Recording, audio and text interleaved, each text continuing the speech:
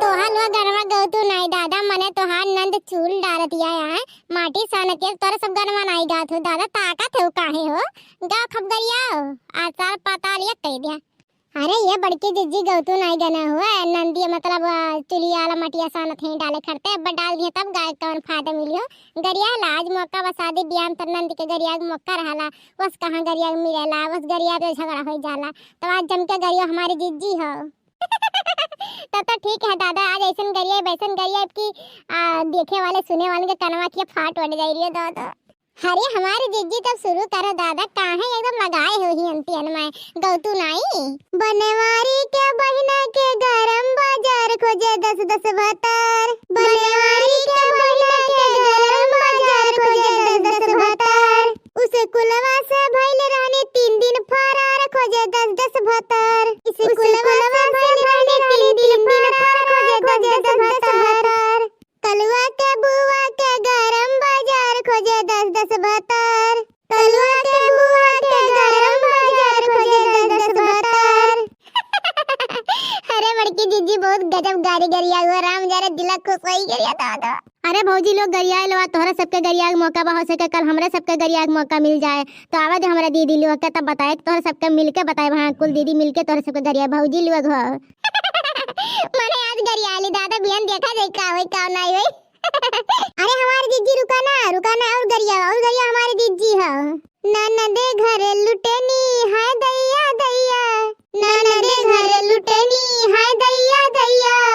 सास मांगे हरवा जेठने मंगलो किटे सास मांगे हरवा जेठने मंगलो किटे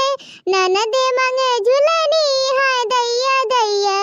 ननदे घर लुटेनी हाय दैया दैया ननदे घर लुटेनी हाय दैया दैया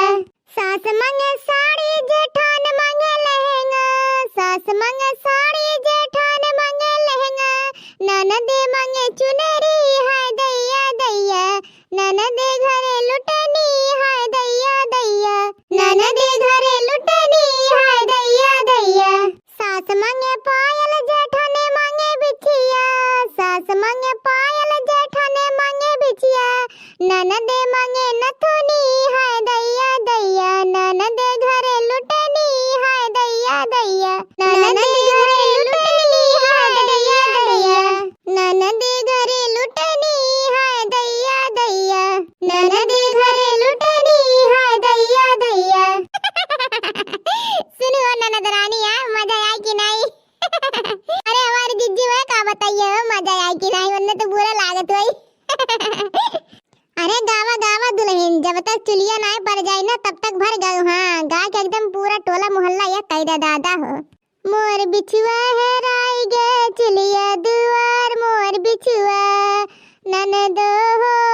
ले हे हो तो दई ढारा नट मारल जब गरिया वाले जब गली बगली खदेरल जब कपतानगंज थाना घुमावल जब अपने भैया के लग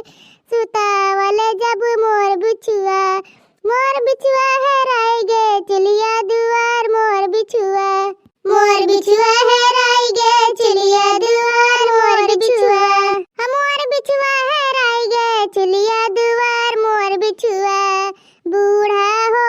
ले हे हो तो दई ढारा नट मारल जब गरिया वाले जब गली बगली घुमावल जब हर रैया तहसील पर खदेरल जब कुल बुढ़वन के लगा सुतावल जब मोर बिछुआ है राई गे चुलिया दुआर मोर बिछुआ है राई गे चुलिया दुआर मोर बिछुआ अरे लोला लाल के नानी हम्मे का गरिया था मन हम तोहार तो सास होय सास कहूं गरिया जाला भला भलाई के अरे नंद के फर्ज हुआ गरिया तो नंद के गरिया दादा काहे हम्मे ऐसे मेरे गरिया तुहार ये मोर बप्पा हमार पतोहिया हम ऐसे गरी हैं दादा रे दादा हम सोचे नहीं रहे दे मोर ददई असुरी बूढ़ा नंदी एक गरियावा जात में बस तोहार न निकल के सुरी बूढ़ा हो